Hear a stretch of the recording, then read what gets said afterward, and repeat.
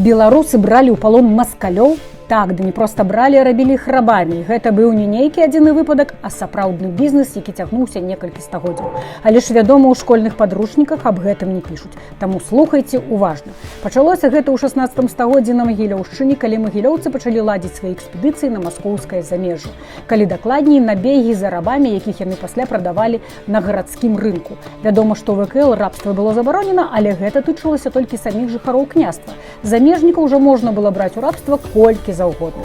Цікава, што ў паходы на Масковію хадзілі не нейкія там добраўзброеныя жаўнеры, а самыя звычайныя магілёўскія рамеснікі. Праўда, зброя ў іх была ў кожнага легальна. Бо па магдыбургскаму праву кожны гараджанін быў абавязаны мець у хаце зброю на выпадак вайны. Нечым нагадвае, як зараз у ЗША ці Ізраілі.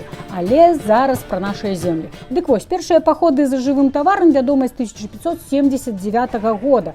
Адбываліся гэтыя экспедыцыі ўначы, каб не сустракацца з войскамі маскавітаў. Узброеныя магілёўскія рамеснікі нападалі на вёскі, рабавалі хаты і бралі ў рабства жанчын і дзяцей. Мужчын звычайна забівалі на месцы. Пасля рабоў прадавалі проста на рынку і вядомыя нават кошты.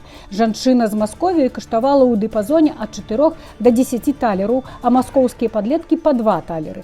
Дзеці ў палоне звычайна выкарыстоўваліся ў якасці хатняй прыслугі, лёкаяў і няняк. Адметнае тое, што жыхароў усходу ніколі не называлі рускімі ці русінамі. Так магілёўцы называлі толькі сябе, сваю мову, кнігі і гэтак далей.